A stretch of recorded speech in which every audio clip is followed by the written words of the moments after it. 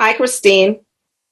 Hi, how are you? I am fine, and greetings from DC, and I believe yours in Spain, correct? Yes, in Barcelona. Barcelona. So, thank you, first of all, for agreeing to have my first conversations with Black women who coach, and you're the first in this series. So, thank you for agreeing to have this conversation with me. And my intent by doing this was to talk to women who coach a little bit about the coaching, what you do, what the experiences that prospective clients can expect, and get a little bit of insight from you about why coaching is important and why it's an important thing for people and specifically Black women to consider. So can you tell us a little bit about yourself and what you do? Yes, I'm Christine Job. I am a business development strategist. I help Black women and women of color leverage their talents and their expertise into viable and sustainable online businesses. Businesses that leave them professionally fulfilled and financially abundant, and so that they can pursue thriving lives abroad. Now, I have been doing business development strategy since I was in law school. Oh my goodness, nine some odd years ago.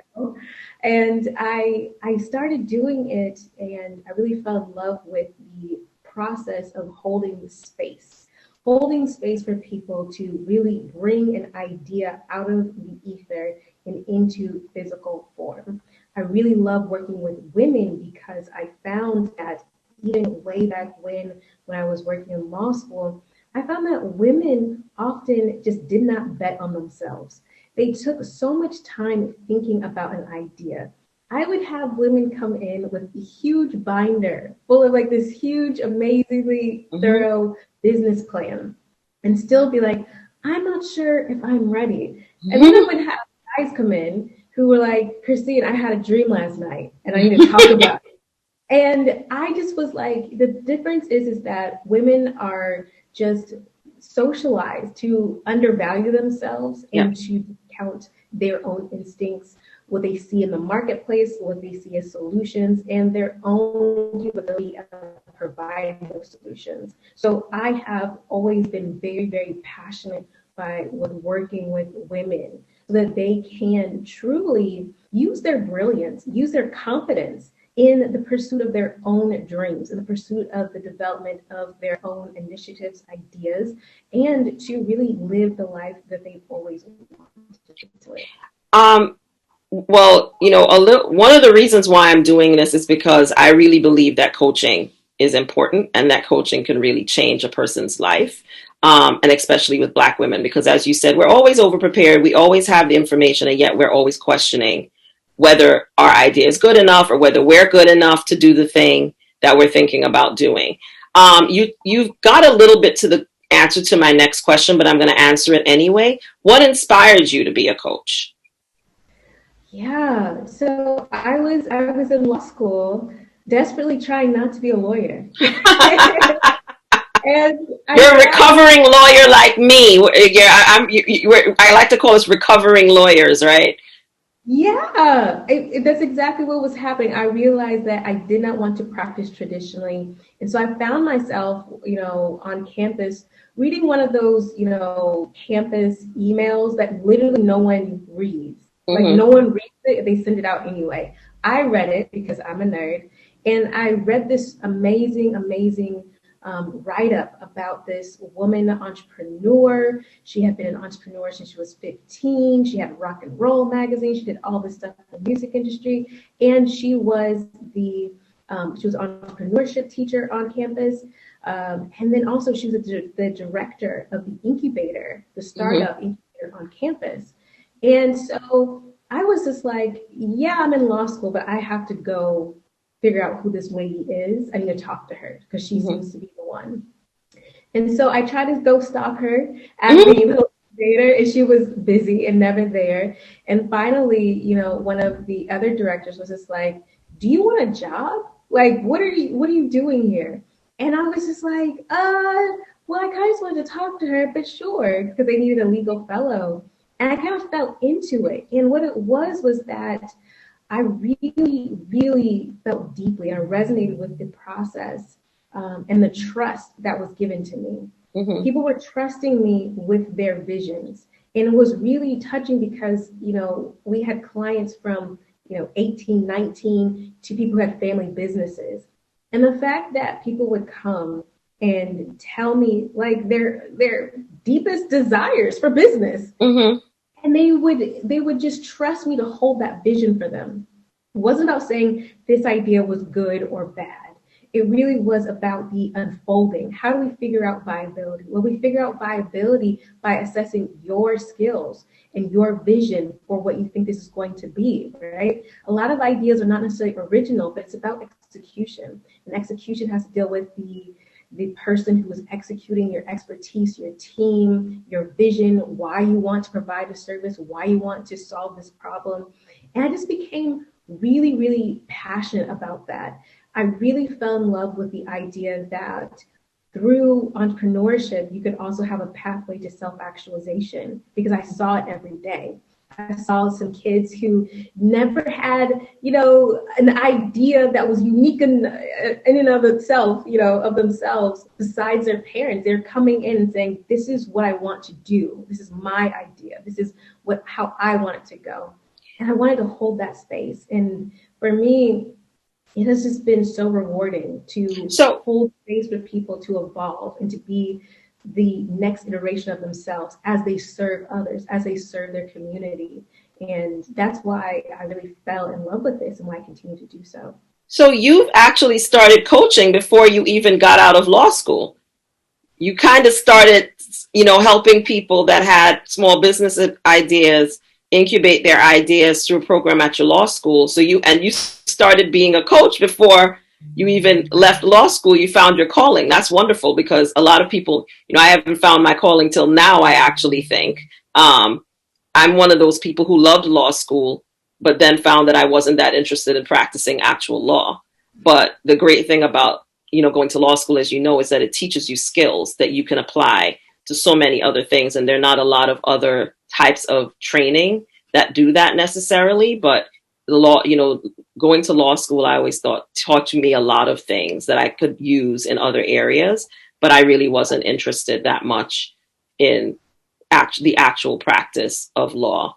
Why would you say that coaching is important? Why would you tell someone that coaching is important? Coaching is important because I believe that coaching is a process of accountability, discipline, of holding space, as I said, but also it's a really important aspect of compassion and learning compassion, self-compassion. And I'll speak specifically for entrepreneurship. Entrepreneurship is no joke. It is not necessarily easy.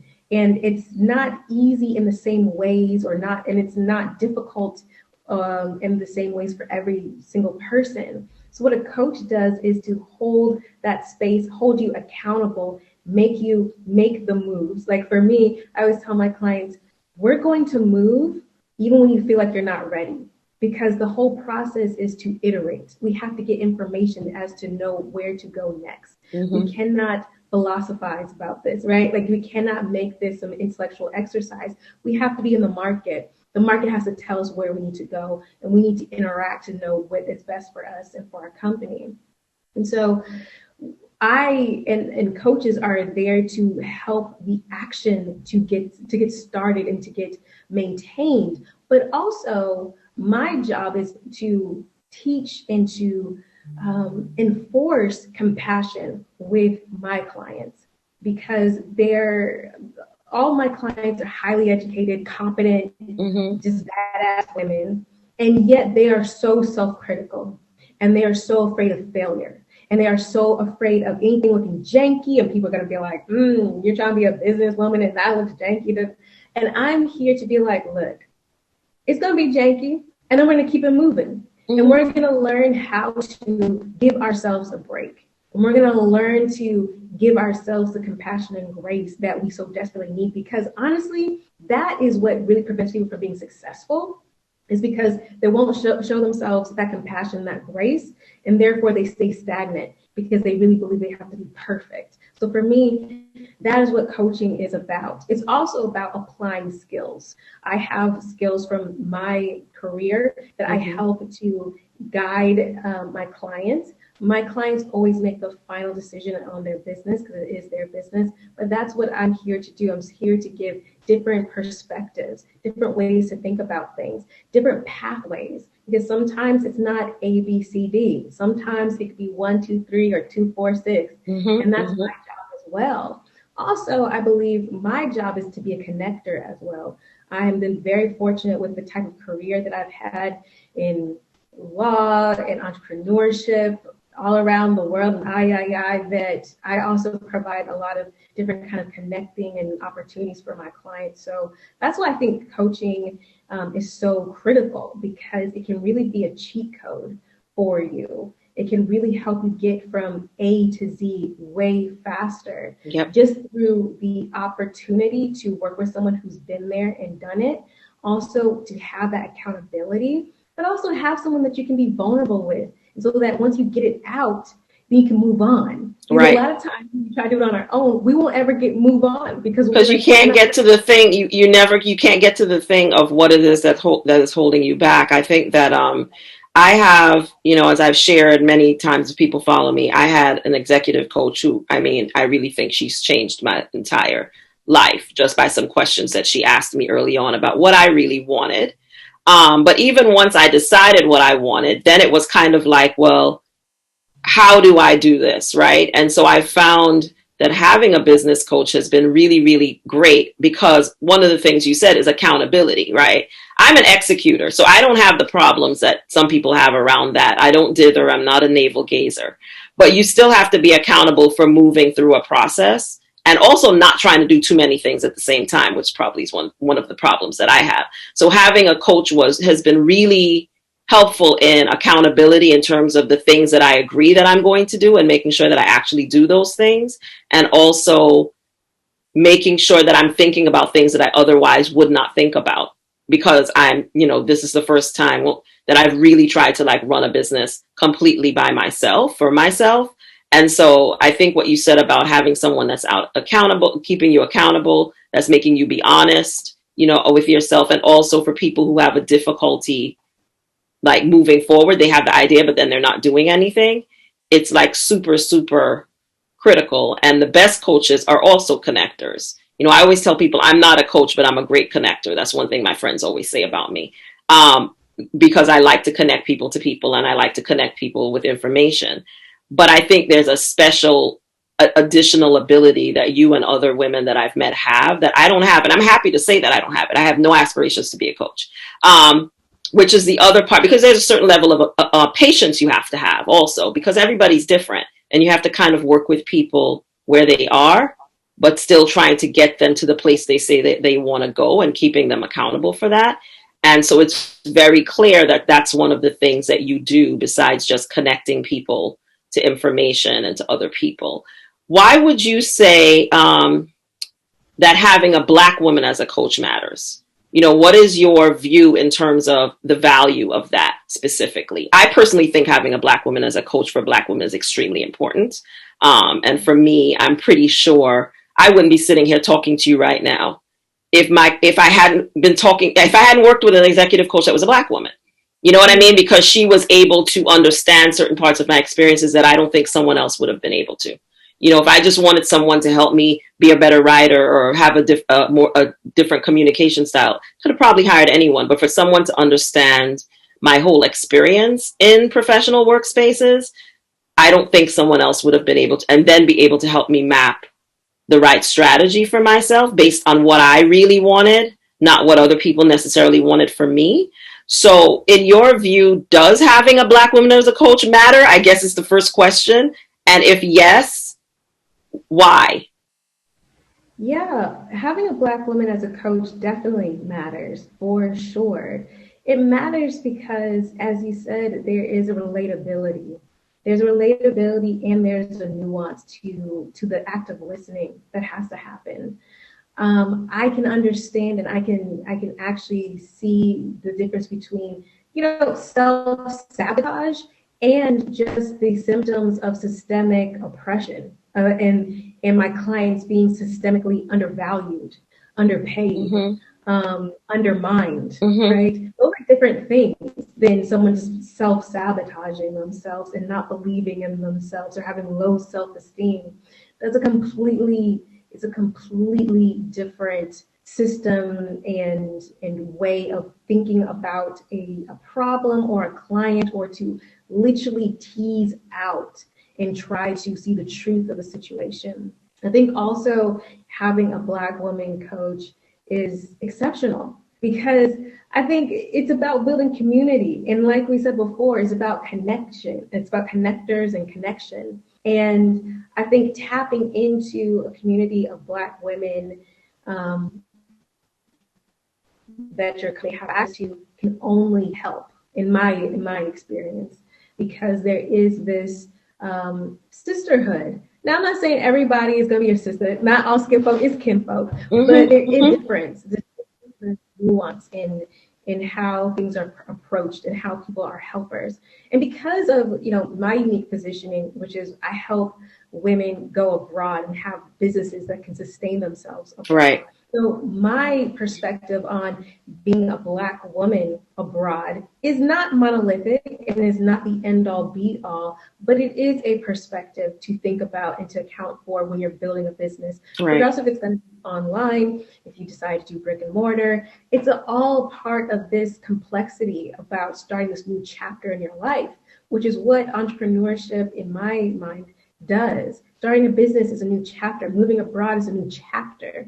And so having a Black woman to be your ally, even if she has not gone to the same country or Mm-hmm. done this exact same business, is just powerful. Being able to say, I see you. I see you. And I know what people have said about you. And I know what people have made you believe about yourself. And Right. I know it's not true. Yeah. And I know that because I see you, balling out of control and building up other people's businesses and organizations with your brilliance. So I know that Mm-hmm. you have it. And It's you have the now. ability to do it for yourself. Right. Exactly. Exactly. And I think that a Black woman coach makes the difference in that. It's a different type of relatability. It's a different type of language. It's a different type of understanding and trust and vulnerability. Because I will say with entrepreneurship, it is very, very vulnerable. You Yeah. got to get naked, and people don't realize that. People think like, I'm just going to start a business, and something about starting a business brings up all of your insecurities to It the does. surface. Whatever it is, whatever you haven't dealt with, it comes to the surface. If you have money issues, it comes to the surface. If you have visibility issues, it comes to the surface. If you have self-esteem issues, you don't think you're credible or something like that, it all comes to the surface, and it comes to the surface in neon. So I think it's a special kind of relationship working with another Black woman who's going to hold space for you, who's going to see you, who's going to give you space to unpack that, but also say, this is time for you to shine for yourself. It's time for you to cultivate a life well lived for yourself. Oh, I It's love time for you that. to bring into fruition your dreams. And I believe in you because I know you got it. I love that. So, what kind of woman would you say should hire you as a coach? Yeah. So the type of woman that should hire me as a coach is a woman who is highly confident, a woman who knows her stuff. That is my specialty. I help women take their expertise in a particular field, in a particular space, and Mm-hmm. to create that into a online business, into a way for them to support themselves abroad. That's my specialty. Although I do believe that you can take your specialty, your expertise, and leverage it in different industries. Of course you can. But that is definitely my specialty. Women who are ready to definitely make that move, who are ready for that transformation. Mm-hmm. I am a doer. I have a signature course that is a 12-week sprint. That is what it's called. It's a 12-week sprint. We are iterating every single week. And although I hold my client's hand and we have a very lovely time, there is expectation for movement. And so it is definitely for women who are ready or who respond best to action, right? Okay. If you need to think about it more and more, that's fine. But I am a mover. And because that's just my modality. That's Yeah. how I've always been able to create things in my life. And moving is essential to getting a business off the ground. I mean, the thought process is just the start, but then you have to go through a series of actions to actually make it happen. So having a coach that's actually going to push you and help you go through those steps is critically important. Um, so if someone watches this interview and decides, I think she's the right coach for me, how should they reach out to you? And I'm going to drop all your contact information in the description, but I want to make sure I give you an opportunity to tell people yourself how to reach out to you. Yeah, if you want to work with me, or if you're even just thinking about building a business abroad, to take yourself abroad, the first thing I would say is definitely grab my free Build a Business Abroad business guide, which you can get on my website, www.flourishnoforeign/resources, or on any of my social media pages in the link in the bio. Definitely use that. I always tell people to do that first because it's actually a really thorough, I think, guide. It's like a one-on-one guide. It helps to get all of your ideas out of your brain onto paper and have you really working through some of the considerations to launching a business that's going to support you abroad. Now, if you're ready to work with me, which I'm so glad to be working with you if you are, definitely come check me out at my website, either at www.christinejob.com or at www.flourishnoforeign.com. It'll all reroute you to me and my services. You can definitely read the testimonials of my clients and see how I really get down. I invite people to come and chat with me. I do complimentary 15-minute chats, but I want to be very serious. I want to be very honest. My style is a little bit intense because it requires action, but my style also pays dividends. Like the whole purpose of my 12-week sprint is to get people their first sale, or to get their first sale after they're starting to scale their business from side hustle to first to full-time position.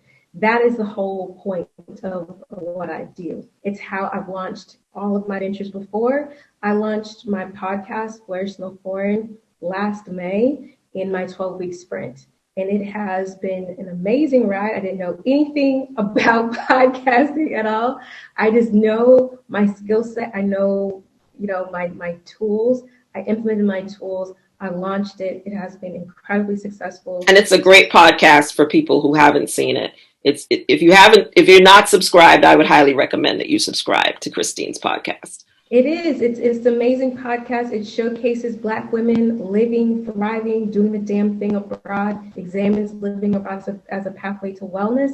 But what's been really amazing about it is that through my 12-week sprint modality and my process, I've been able to monetize the podcast into another stream of income. So for me, I walk the talk. Exactly. It's an intense 12 weeks, but my thing is you make money and you will have that information to take your venture to the next level, because that's what action does. Action breeds clarity and confidence and conversions. That's the whole point. So if you're ready for that, definitely get in contact with me on my websites, www.christinejob.com or flourishnoforeign.com. And let's have a conversation, because I want to see more Black women, not only abroad, but abroad on their own terms, right? I want you to not just get abroad, I want you to stay abroad, and I want you to thrive abroad. I want you to live your best life. Live the life that you've always wanted and cultivate that, right? Whatever that is to you, I want you to be professionally fulfilled, and I want you to be financially abundant. Christine, this is a great place to stop. And I want to thank you so much for participating and for being my first guest in this series of conversations. Folks, I will be including all of Christine's contact information in the description, so please check that out, and please stay tuned for other conversations about and with Black women who coach. Thanks again, Christine. Thank you.